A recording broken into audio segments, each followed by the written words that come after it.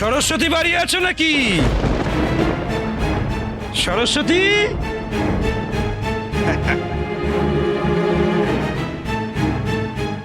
এই যে সরস্বতী, তোমাদের কিন্তু এবার প্রায়শ্চিত্ত করতে হবে। সরস্বতী,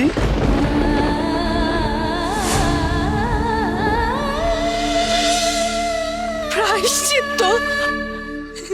এসব আপনারা কি বলছেন? আমি লোকের বাড়ি কাজ করে সংসার চালাই, আমার কাছে টাকা কোথায়? আমাকে আপনারা দয়া করুন। ও কথায় তো চিড়ে ভিজবে না সরস্বতী। প্রায়শ্চিত্ত তো তোমাদের করতেই হবে সরস্বতী। আহা, শুধু শুধু বেচারার কষ্ট বাড়িও না।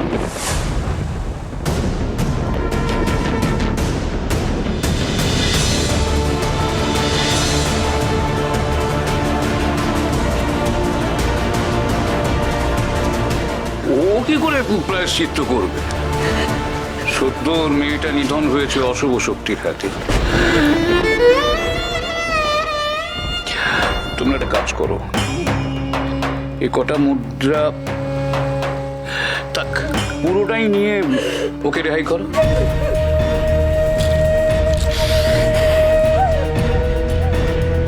দেখো সরস্বতী, দেখো ব্রহ্মানন্দ ঠাকুরকে তো তোমার মেয়ে মানতেই চায় না, সেই ঠাকুরই এসে তোমাদের উদ্ধার করলো। আর থাক না, এবার এসো তোমরা। আপনার বিধান শিরোধার্য ঠাকুর, প্রণাম। এসো, এসো। চিন্তা করো না সরস্বতী, একদম চিন্তা করো না। অশুভ শক্তিকে আমি খুঁজে বার করবই, তুমি নিশ্চিন্তে থাকো। আপনাকে আর কিচ্ছু করতে হবে না ঠাকুর।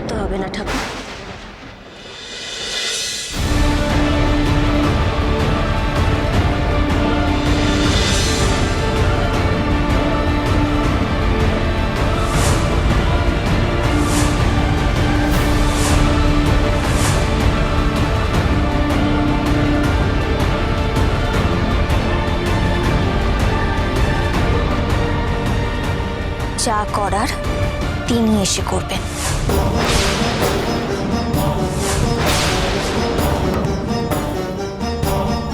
আপনি শুধু সবাইকে আশ্বাস দেন, কিন্তু কাজের কাজ কিচ্ছু করেন না।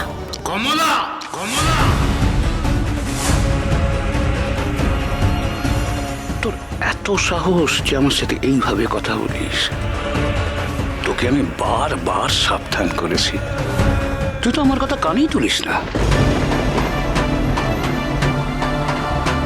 ঠাকুর,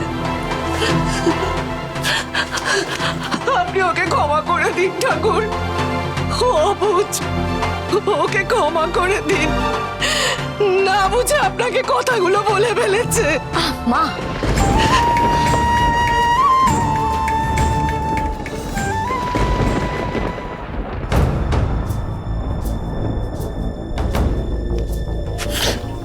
কমলা, তুই তারাপীঠ গিয়েছিলে।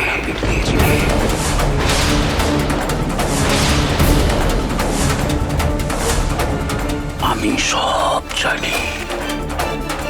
তুই কি ভেবেছিস বামদেব এসে তোকে বাঁচাবে, তোর বোন অমলাকে খুঁজে বের করে দেবে?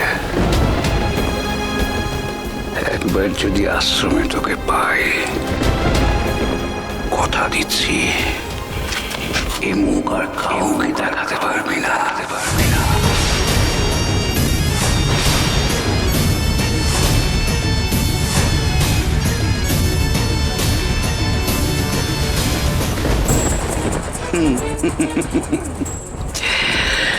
সরস্বতী, সরস্বতী, কি করছোটা কি?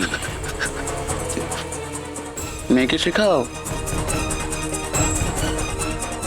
আর যদি শেখাতে না পারো তাহলে আমার আশ্রমে পাঠিয়ে দিও।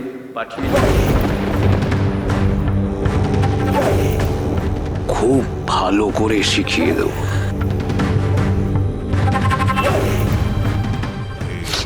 বুঝে চলো।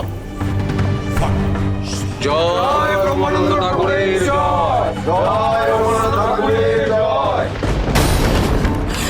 কি দরকার ছিল তোর ওনাকে এতগুলো কথা শোনানোর? মা, তুমি এসব কি বলছো বলো তো? আমাদের গ্রাম থেকে এতগুলো মেয়ে উধাও হয়ে গেল, আর সবশেষে আমার বোন অমলা, সেও উধাও হয়ে গেল। আর উনি শুধু সবাইকে এসে আশ্বাস দিয়ে যাচ্ছেন। আমি ভুলটা কি বলেছি বলো? এসব কথা বলিস না রে কমলা, ওনার অনেক ক্ষমতা, সবাই ওনাকে ভগবানের মতো মানেন। আমরা গায়ে কয়েক ঘর আছি যারা বামদেব ঠাকুরকে মানি, মা তারাকে মানি। কমলা, আমাদের বিশ্বাস আমাদের কাছেই থাক না, তা বাইরে প্রকাশ করার কি প্রয়োজন? মা, তুমি কোনো চিন্তা করো না, বামদেব ঠাকুর আমাকে আশীর্বাদ করেছে। আমি আমার বোনকে খুঁজে বার করবই। আমি ওকে ঠিক খুঁজে নিয়ে আসবো, দেখো, ঠিক খুঁজে নিয়ে আসবো।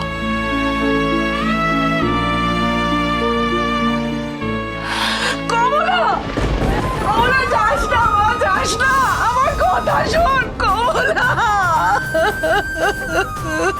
যাস না মা, যাস না।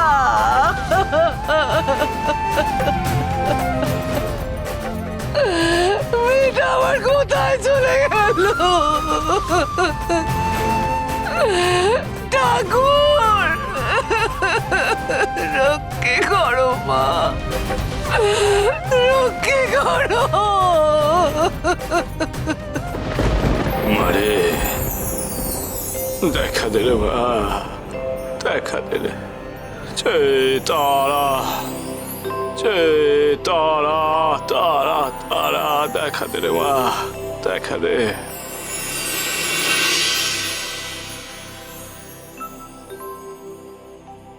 বামা,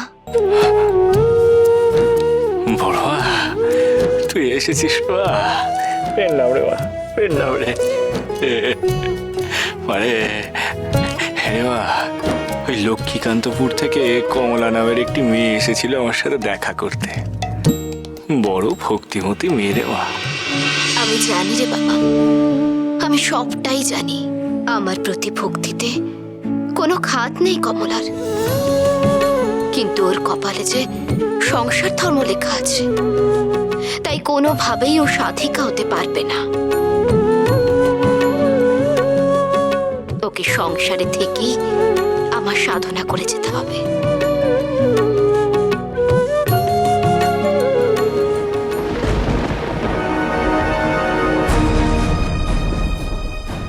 আমি কখনোই আশ্রমের ভেতরে ঢুকিনি, কিন্তু আজ আমাকে দেখতেই হবে এই আশ্রমে কি আছে।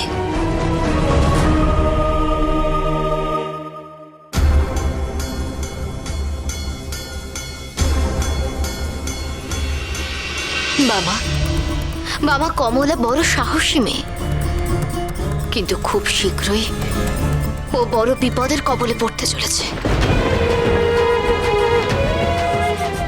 সে কি রে মা?